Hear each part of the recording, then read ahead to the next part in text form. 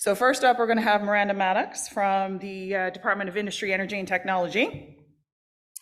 Miranda is the regional manager for Eastern Central with the Department of Industry, Energy and Technology. She oversees the field offices in Ferryland, Placentia, Carbonear, and Clarenville, Marystown, Gander, and St. Albans. Big portfolio. And primarily works from here in Gander. She is presenting today on behalf of Innovation and Economic Development and Business and Innovation branches with the department. Please welcome Miranda.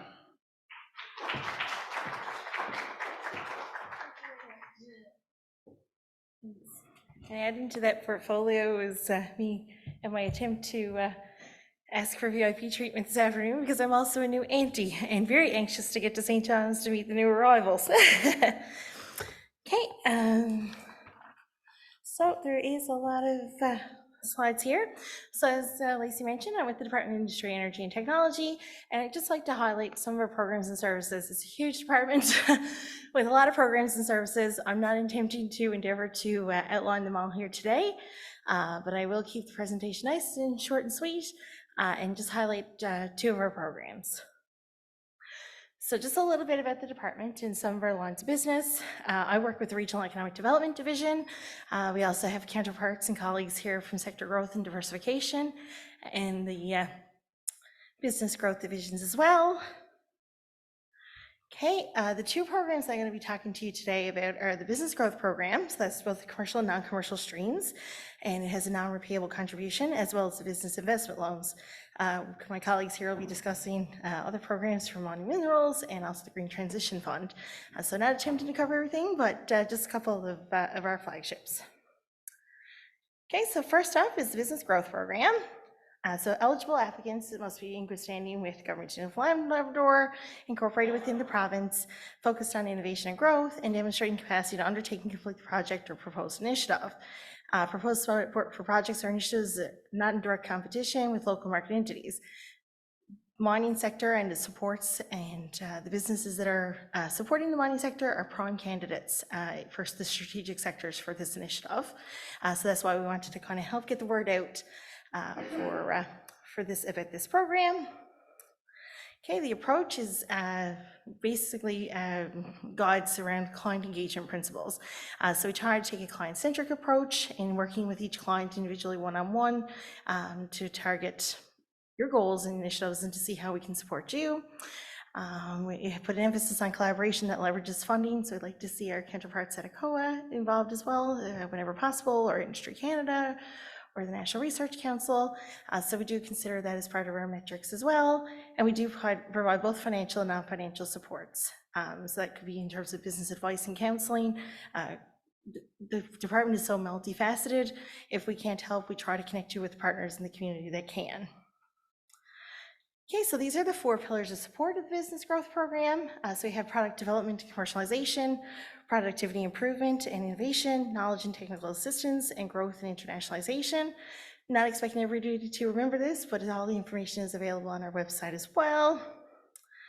Okay, so just a little bit about, I guess, the project funding. So we can do projects pretty much any scope. It just depends on the amount that you're looking for as to the approval level that we need and the amount of information that will be required for the proposal. So yeah, under the product and commercialization pillar, it's primarily to support research and development activities. It's a 50% cost shared program, so can provide up to 50% in eligible costs. So the things that we think that you guys might be interested in is performance testing, prototyping, field trials, demonstration projects, and acquiring technical expertise. So even in that realm could be something like a feasibility study. Okay, under the productivity and improvement and innovation pillar, we have support for technology investments, including operation digitization and investments in continuous improvement in enterprise efficiency. It's also 50% over 12 months and can host a variety of different levels of assistance, including for technology transfer, adoption digitization of software, introduction, modification, or replacement of technology. Generally, these are considered like over, above, and beyond normal operations. So something a little bit stepped up from your typical operations. Okay, we have knowledge and technical assistance pillar. So support for fundamental business skills and access to expertise. Also 50% cost shared. So it'd be non-repayable contribution of 50% to total eligible project costs. That can help with the advanced knowledge, technical skills development, could include training or mentorship type programs, external technical expertise, technical feasibility research. So there's a lot in here, and best to speak to an economic development officer about the specifics. Okay, and the final one, the growth and internationalization pillar. So that includes support for international market development and international trade activities. That could be you're going to conferences and trade shows and developing capacity. In that stream includes such other things as market plan development, buyer missions, business-to-business travel engagements. So if you need to meet with another like supplier or anything in the supply chain or sales chain, it can possibly include that as well. Okay, and a little bit about the second program that I'd like to talk to you about is our Business Investment Loans Program. So this is one of our flagship programs. The department's had it for a really long time. It primarily targets small and medium-sized enterprises in strategic growth sectors, so the 9 strategic growth sectors identified on our website, of which mining and mine supports is one. Export potential, so it needs to be able to enter and expand into external markets. It can complement conventional sources of funding because the interest rates is pretty favorable, so we do try to stack the funding as best as we can. There needs to be a demonstrated need. We look at a lot of things in our analysis, including the ability to leverage new sector investment dollars, and these are repayable loans. It's maximum $500,000 per project. It can go a little bit beyond that, but that would require multi-levels of approval. So we generally try to keep it below 500,000. The current interest rate is base interest of rate of prime. Okay, a little bit about the applicants. It's mostly open to small, medium-sized enterprises with fewer than 100 employees and less than $10 million in sales. Generally based on project specifics. So again, I'd recommend any of you reach out to an economic development officer in your area. We do have 17 offices across the province. I don't have them listed, but they're very easy to find on our website. Other standard clauses that we usually have is that they must be in good standing with IET, must be operating in strategic sectors, all that good stuff. And just like to thank everybody for listening to the presentation, because I know it just came up after lunch, so I know a lot of people are still in transition. But if there's any questions, we can check the, just reach out. Thank you.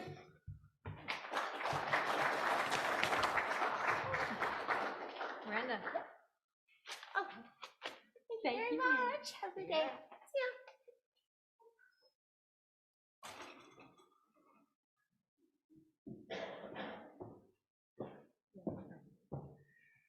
Okay, thank you. And in my haste to get us back on track, I forgot to introduce myself.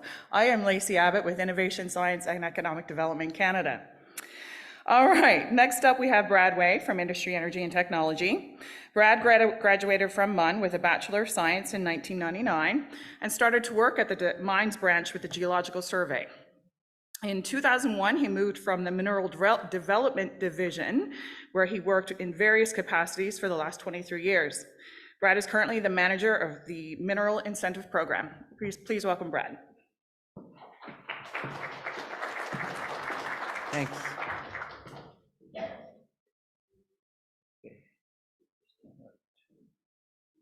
think I got it. Okay. The purpose of the Mineral Incentive Program is to grow the mineral inventory of the province by supporting prospectors and junior exploration companies within the province. I'm going to briefly summarize the stats from 2023 and give an update on changes to the MIP program for 2024. During 2023, the MIP had a $3 million budget, which was an increase from the 1.7 that we were dealing with for probably about 10 years, I would think. Broken down into the junior exploration assistance rebates, which were broken down into critical mineral focused projects, which was ACOA funding, and Provincial JEA, which was IET funded. Prospector assistance grants for $350,000 and other initiatives. The other initiatives would include support for the Matty Mitchell Prospectors Resource Room and support for prospectors who attend certain conferences.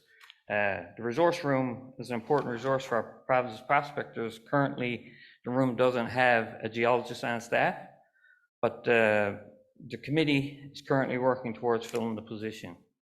During fiscal 2023, MIP also supported 2 prospectors to attend the AME Roundup in Vancouver and 5 to attend PDAC in Toronto for $1,400 each.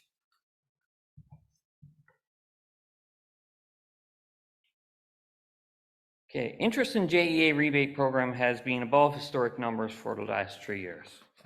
During 2023, there were 47 LOIs submitted, and at the end of the year, 27 final reports received requesting just over $3.25 million. Rebates were provided to all applicants, prorated to meet the available JEA budget of $2.6 million. This actually was 2.8 because of leftover funding from the prospectors' assistance that wasn't used. The 9 companies submitting eligible final reports with projects with critical minerals as the primary target received maximum eligible grant amounts. So no proration was involved. And 18 companies submitting eligible final reports with non-critical mineral or critical mineral secondary targets received rebates prorated to 77% of the maximum rebates. It's been pretty consistent throughout the years that about 65% of LOIs that get submitted actually get completed and final reports received for funding. This year, I'm not sure why, but maybe it's raising money or whatever, but it was down below 60%. I don't think I've seen it that low in the last 5 years I've been here. So after June each year, we after the deadline to submit an LOI, we publish a list of participating companies and their estimated max rebate. So this year, because of the 20 companies not following through on their projects, the max rebates were much higher than estimated. So I guess for a company who's putting in an LOI and they get this number that we see here at the beginning of the year as an estimate, and you see secondary critical mineral, non-critical mineral Newfoundland getting 26,000, it makes your project maybe, is this even worth me dealing with the JEA program? Historically, they come in double or more.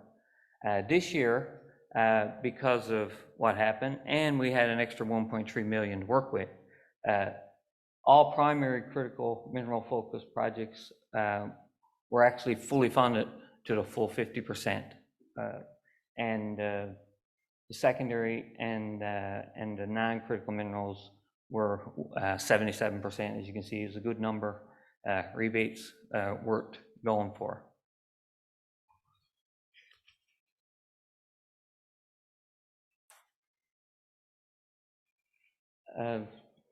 Prospector assistance provides direct financial support to individuals who want to conduct mineral exploration in the province. We recognize that prospectors are major contributors to the health of the mineral exploration industry, ultimately the mining industry and sustainability. Prospector assistance grants are designed to encourage and promote development of the mineral prospecting industry. In 2023, we received 35 applicants, of which 29 final reports eligible for funding were submitted. The number of applicants dropped this year, and it has been on a sort of a downward trend for the last number of years. We expect this trend to reverse starting this year in 2024. I'll get into that a little later. So this brings us to the new fiscal year, 2024-25. Available MIP funding is increased again to 4.3 million with the addition of the 1.3 million provincial funding for exploration projects focused on critical minerals found on Newfoundland and Labrador's critical mineral list, which is different than the Canadian critical mineral list. JEA is broken down, as you can see. We still have the ACOA funding, 1.3 million, critical mineral focus funding, and the regular JEA, and prospector assistance and other initiatives that remain the same as they were last year.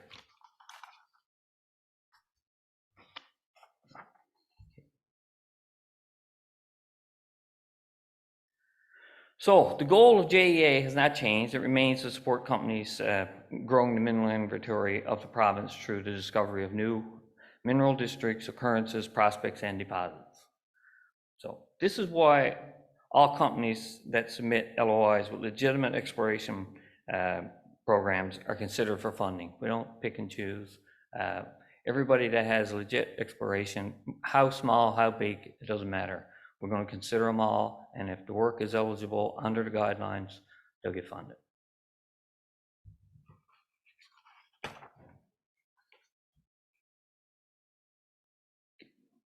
So who can apply? Companies primarily engaged in mineral exploration and or mining may be eligible.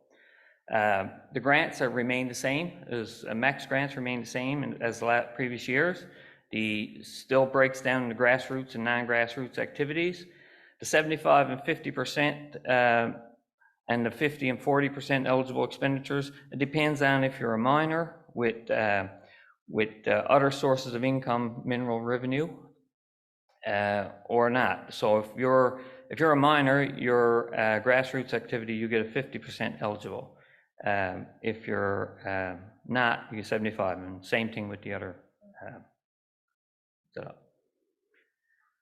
And if JEA is oversubscribed, rebates will be prorated as outlined in the JEA 2024 guidelines.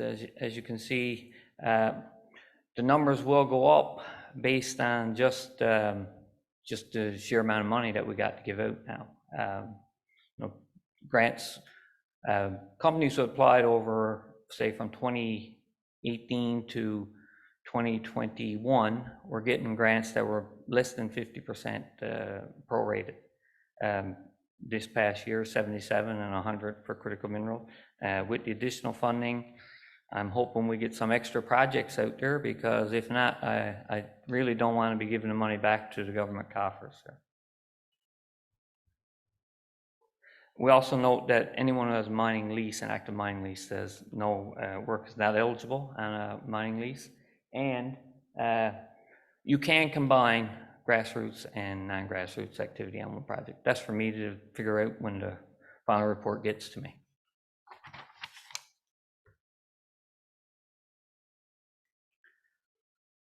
So this is how it's broke down now for 2024.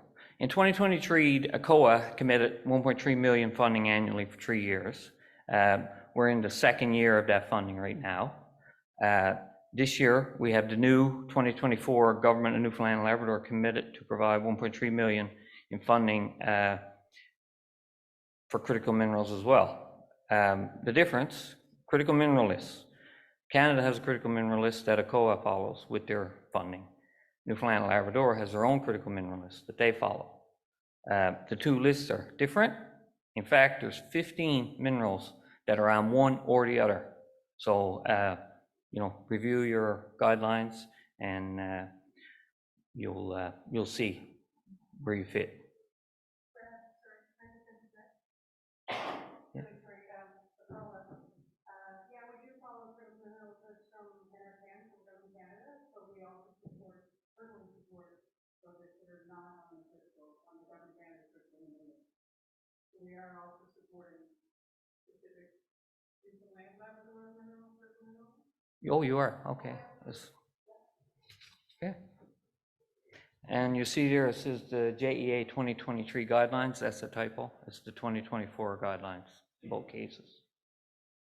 And IET will continue to provide the 1.3 million in funding to JEA.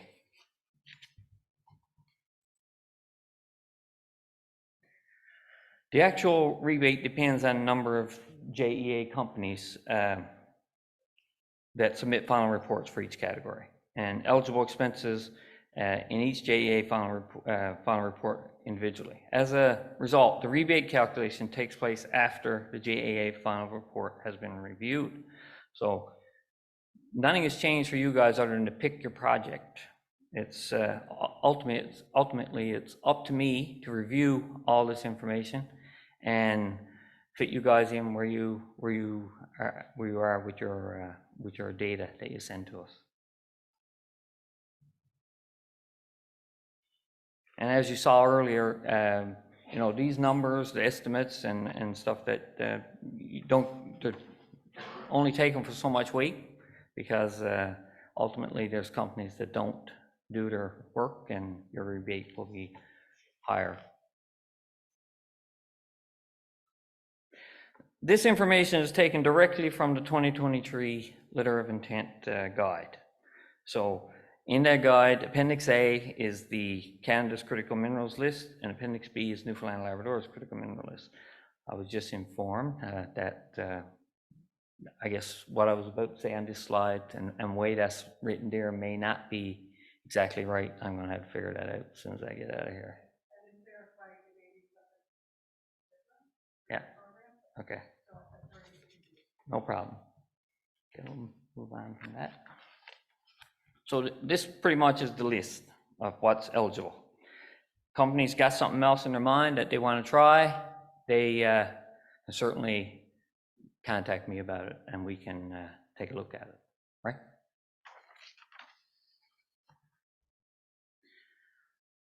So this is one slide I put in there because we're not in the business of not giving out the money. We want to be able to give out the money. And it's very rare, really, that companies submit something that is not eligible, but it happens. And the number one reason, about the only reason that I see, is the first line. Take the time to review and understand the JEA documents online, the guidelines specifically, the final report guide. All that information is there for a reason for you guys to read, okay? The start of work date for an LOI, for instance.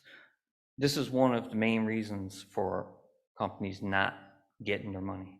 They put in an LOI in June, then they submit a final report for work that was done in March and April.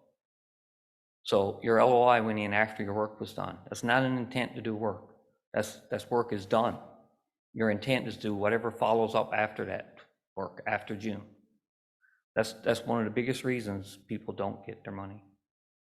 The work date has to be the latter of January 1st or the day. You don't start your work before you get this in. It's not an onerous task to get an LOI in.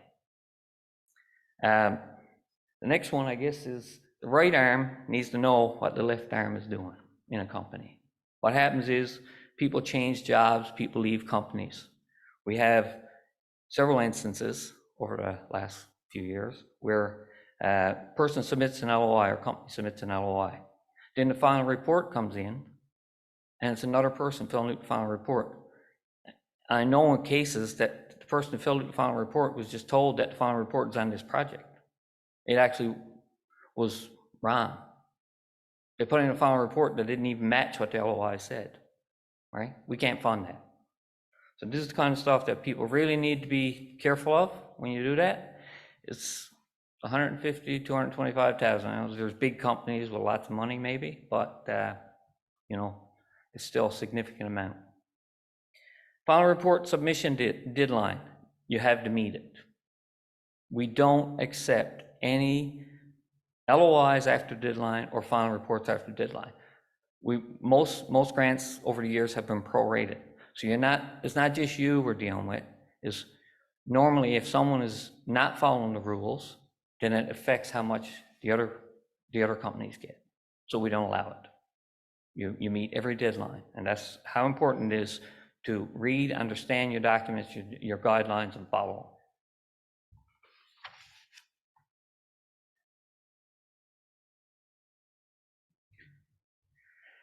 Prospector assistance. This takes us to prospector assistance. The mission statement remains at the heart of prospector assistance, promoting the mineral prospecting industry through the discovery of wealth-generating mineral deposits.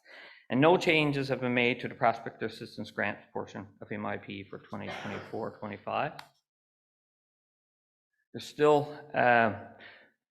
direct financial assistance for anyone who lives in the province and are 19 years of age or older.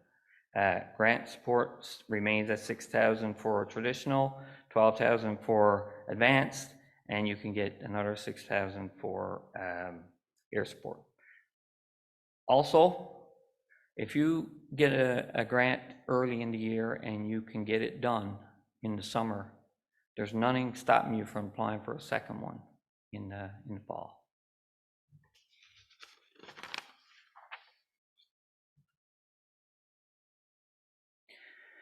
Here at a glance is the majority of the qualifying expenditures through a prospector grant. Most categories are maximum percentage of a grant.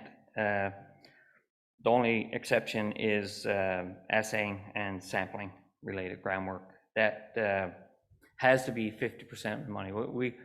It's a receipt-based program.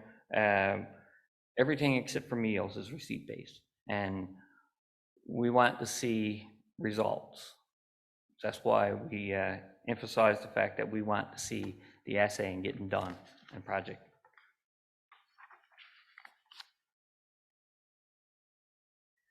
Same thing, maximizing your grant, same as JEA. There's problems. And number one always is, take the time to review and understand the PA documents. That you're gonna fall outside the lines and not get funded if you don't, follow the guidelines. That's the guidelines I have to follow in order for me to deal with the AG's office. So that's why you guys had to follow. Same problem, start work date. Acceptable application is received. You don't get your work going, get your application in, get it in early. Plan your prospecting before you go out there. Don't go out there willy-nilly and just rambling around. Just have a plan in place before you get there. Do a systematic approach to stuff. And one of the biggest issues I find difficult because at the end of the year is not the time to be trying to piece together what you did throughout the year. If you're out there for a day doing a bit of sampling and you got a GPS, it's very simple to go back and update your process every few days or week, what you're doing. And submit everything online, on time. Prospector training program. Okay, so prospector training is critical. We saw earlier how the PA, we've had lists and lists interest in it. I think this is the main reason. It's critical to sustaining this prospecting group. So traditionally we had a 2-week course, but we couldn't get enough people interested to take the 2 weeks time to go do it. So we put our heads together on what is the best thing to do. And in 2019, we formed a committee that involved the NLPA, Mining NL, and members of our mines branch. The goal to establish some kind of scenario where people could access it easily all over the province. And we came up with an outline for a training course that would combine e-learning and field components. Course was developed by CNA with guidance from the Mines and Mineral Development branch staff. We have 57 people registered in the province in November, and it's scheduled to end tomorrow, the course. The online component of the course is scheduled to end tomorrow. Then they have a 2-day component to happen in May and June. So moving forward, this is a pilot program. So moving forward, this is planned to be offered every year. So that's why I think that we've bottomed out for prospector grants. I think this group of 57 people is going to change things, and we'll soon, within a year or two, we'll be probably back to giving out all of the PA grant money. Okay, so I encourage you to visit our website for further information on the program. It's important to read and understand the guidelines of each JEA and PA before applying.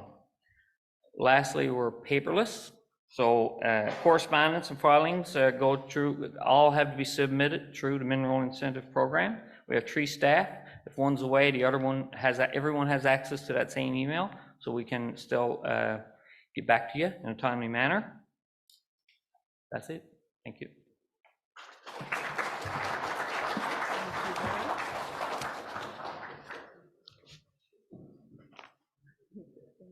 Yeah. All right, thank you, Brad.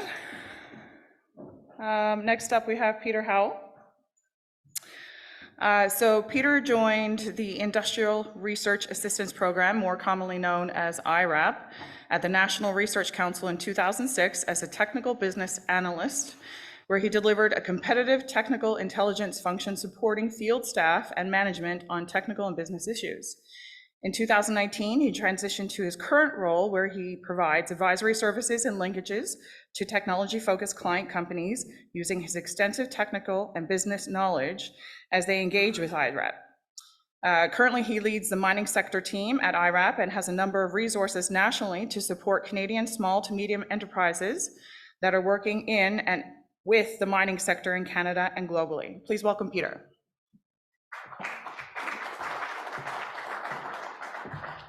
Thank you very much, Lacey. And thank you to all of you who are here this afternoon after that rousing lunch with Shama Jumner.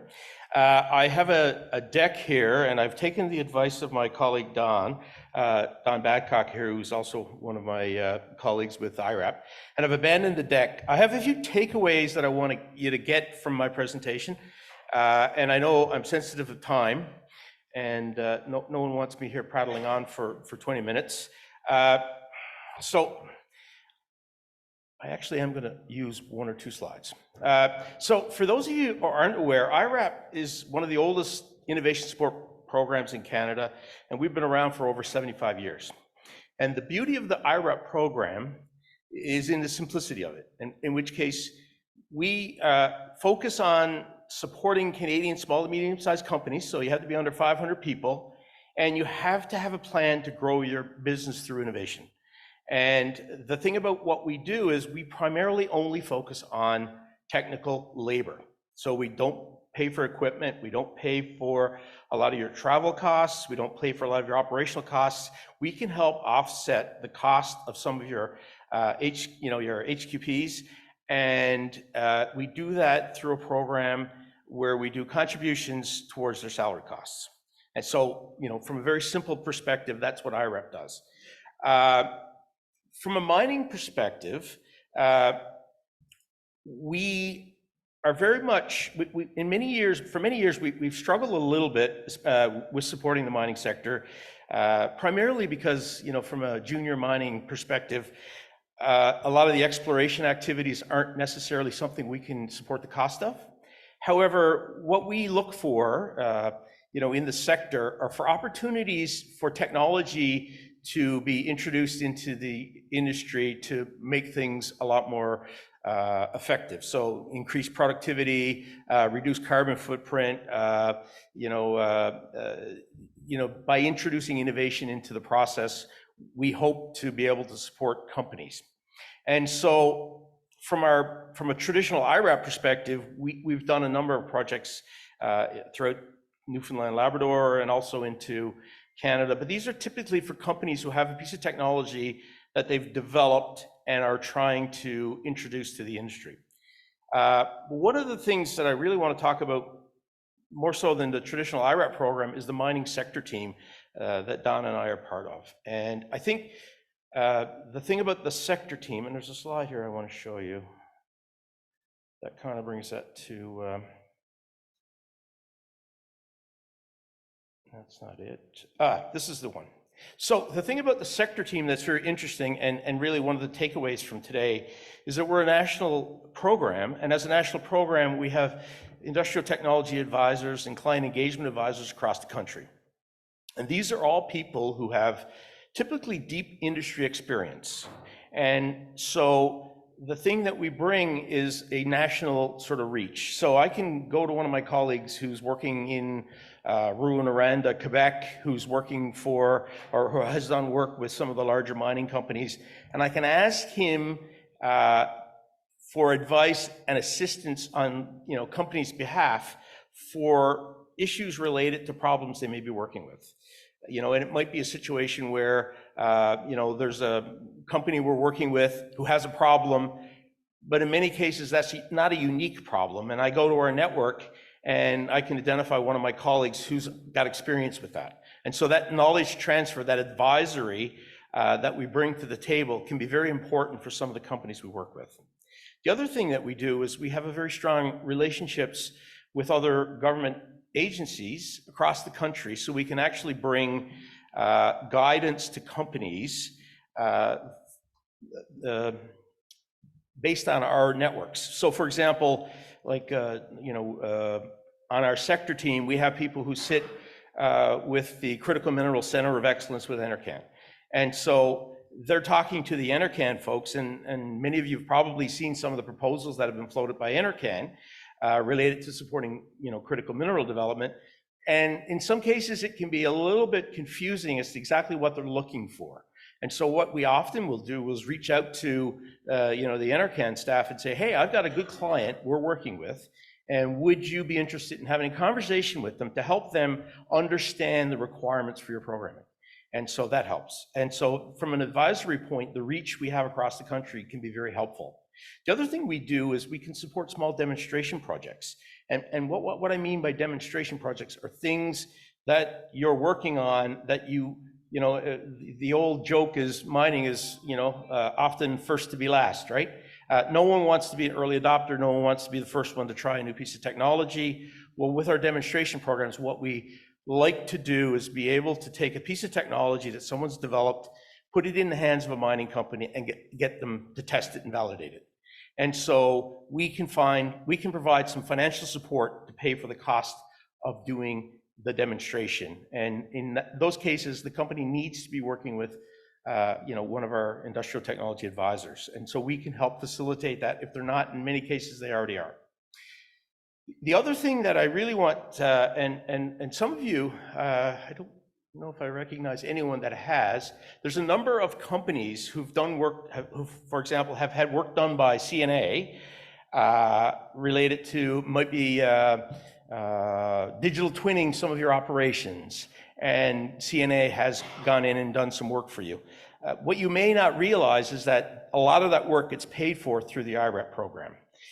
We have a number of what we call contribution to organization agreements throughout the country, and in particular here in Newfoundland and Labrador, it's with the College of the North Atlantic.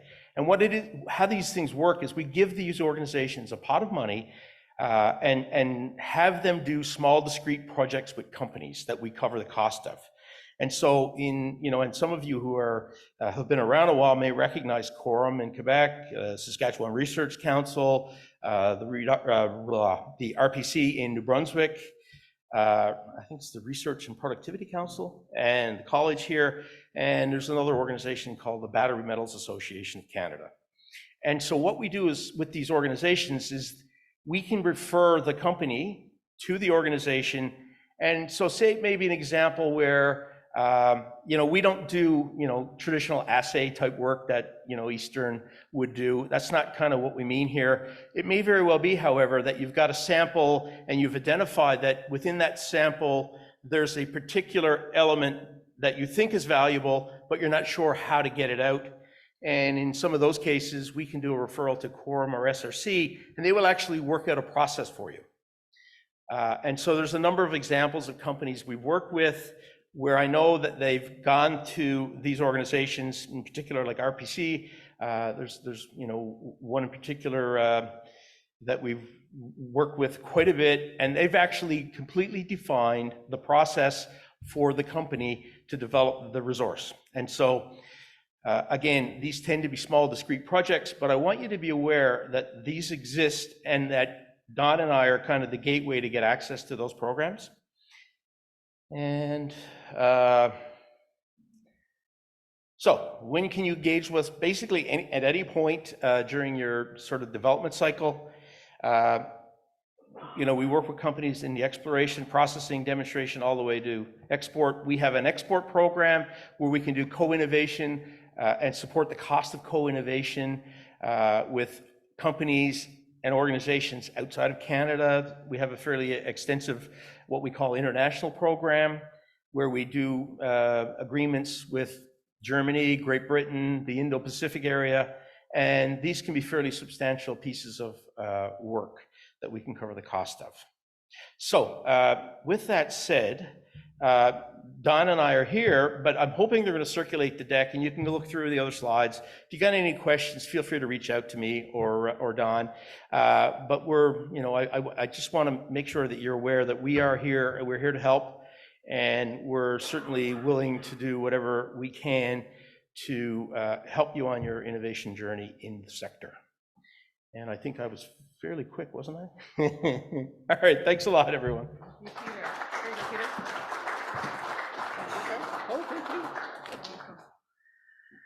All right, thank you, Peter. And last but not least, we have Bruce Billard with Industry, Energy and Technology. Bruce has worked with the Department of Industry, Energy and Technology for the past 10 years as an Economic Development Officer, Contracts Administrator for the NL Offshore Oil and Gas Industry Recovery Assistance Fund, that's a mouthful, and currently is the manager of the Green Transition Fund. Prior to government, Bruce was a branch manager with a financial institution specializing in commercial lending. Yeah. All right, please welcome Bruce.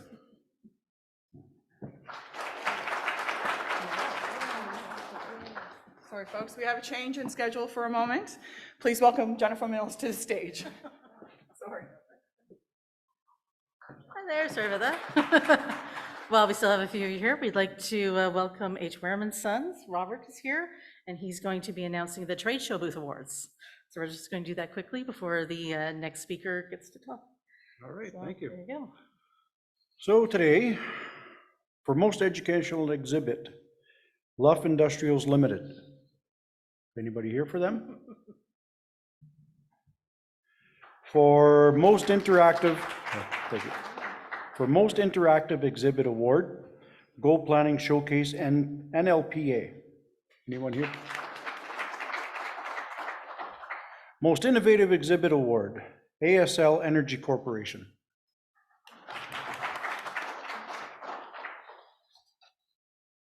Most engaging exhibit staff award, Wajax Limited. Best exhibit design award, Springdale Minpaco. And last but not least, most creative exhibit award, Twin Ponds Wilderness Lodge. Congratulations to all. Thank you. Thank you.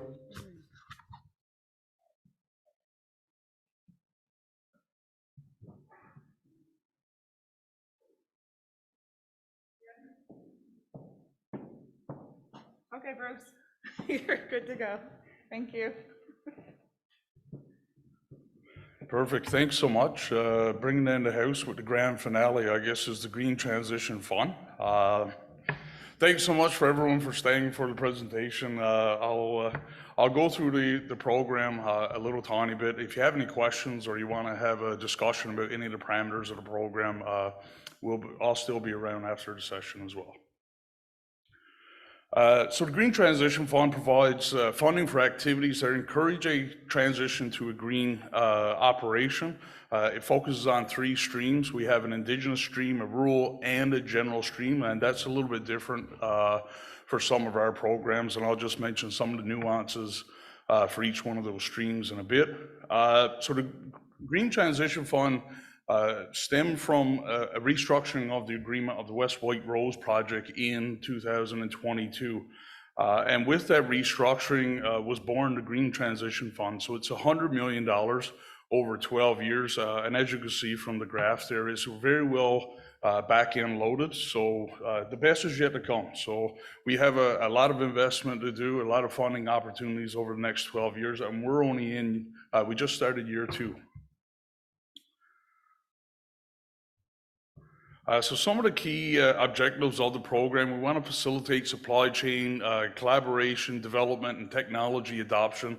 And again, specifically through the mining industry, technology adoption along that supply chain continuum is going to be paramount. So those are a lot of opportunities of spaces where the Green Transition Fund would like to support some of the activities that this industry is experiencing. We want to expand local economy, supply chain, export, and develop diversification opportunities. Attract investment and where there's areas in gap for innovation, technology, and again, supply chain. And we're trying not to duplicate other funding programs.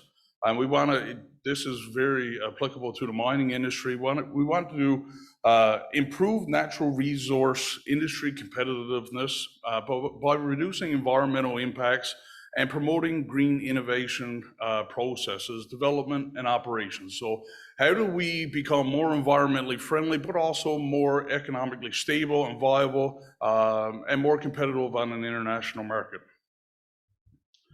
Funding assistance, we have a minimum project size of $75,000 of a request from the GTF to a maximum of $3 million. The little caveat of the rural and indigenous streams to the program is that there is no minimum project size. That's through our first expression of interest. That seems to have worked really, really well in stimulating a lot of projects and growth and development in rural and indigenous areas of the province. So for non-commercial applicants, we can do up to 50% of eligible project costs.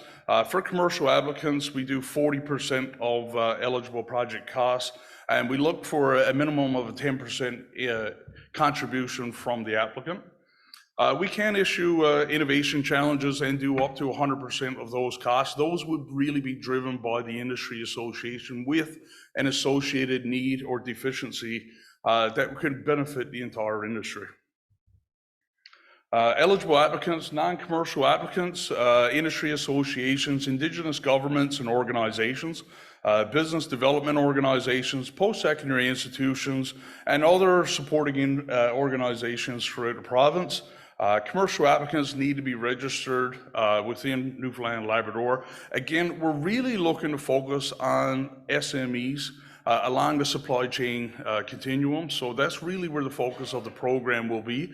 We really want to work with the commercial applicants and have those adopt environmental processes and operations that makes them more competitive and environmentally friendly.